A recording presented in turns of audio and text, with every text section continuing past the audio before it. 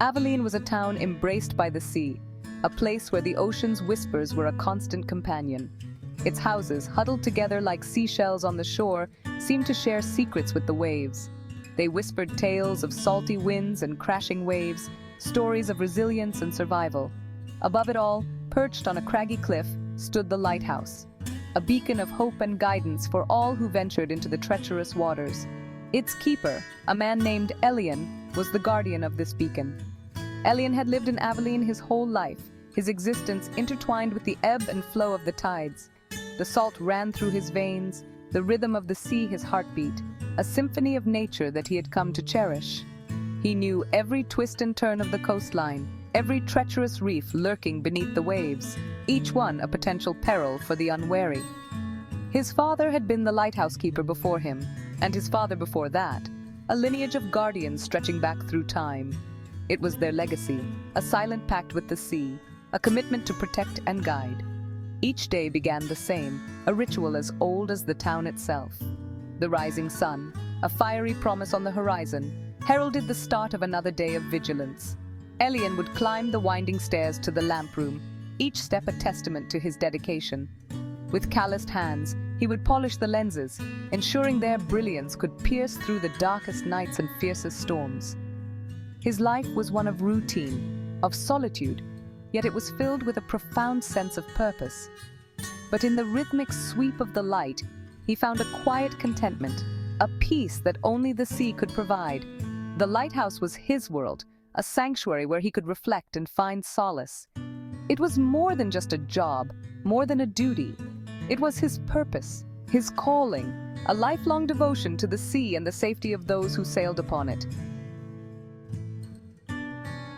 Elian relished the solitude, the crashing of waves, the cries of gulls, his only companions. He would spend his days reading, his evenings watching the sun paint the sky in hues of orange and purple. He knew the stars by name, the constellations like old friends. He had grown accustomed to being alone. Over the years, many townsfolk had tried to befriend him. They brought him fresh bread, invited him to their homes.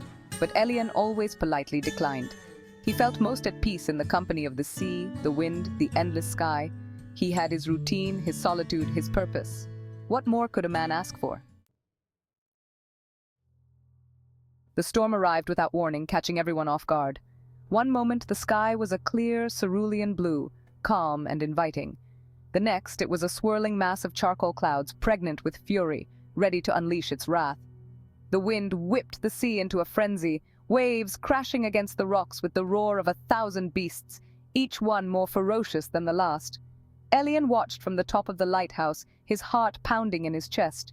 He knew this storm all too well. It was the kind that could swallow ships whole, leaving no trace but splintered wood and shattered dreams, a graveyard of the sea.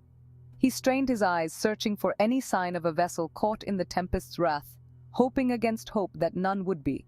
And then he saw it, a small silhouette against the raging waters. A small fishing boat tossed about like a child's toy in a bathtub, fighting for survival. Its sails were torn, its mast broken, a testament to the storm's relentless power. It was being dragged closer and closer to the treacherous rocks that guarded the coast. Elian sprang into action. This was his purpose, his duty, to be a beacon of hope in the darkness, guiding those in peril to safety, a light in the storm. Adrenaline surged through Elian's veins, his heart pounding like a drum in his chest. He raced down the winding stairs of the lighthouse, his footsteps echoing in the emptiness, each step a desperate plea for speed. He had to signal the Coast Guard, but the storm was interfering with the radio signals, static crackling through the speakers, drowning out his calls for help. His only hope was to use the lighthouse's powerful beam to guide the floundering boat away from the jagged teeth of the rocks, a beacon of salvation in the tempest. With a strength born of desperation, he fought against the wind, his feet slipping on the rain-slicked rocks, each step a battle against nature's fury. He reached the lamp room, his breath ragged in his chest, his muscles burning from the exertion. He adjusted the beam, focusing its intensity on the struggling vessel, willing it to cut through the darkness and chaos. It was a beacon, a lifeline in the churning sea, a single point of hope in the overwhelming storm. Through the driving rain, he saw a figure on the deck of the boat, a silhouette against the raging elements. A woman, her hair plastered to her face, her eyes wide with terror, clinging to the remnants of hope.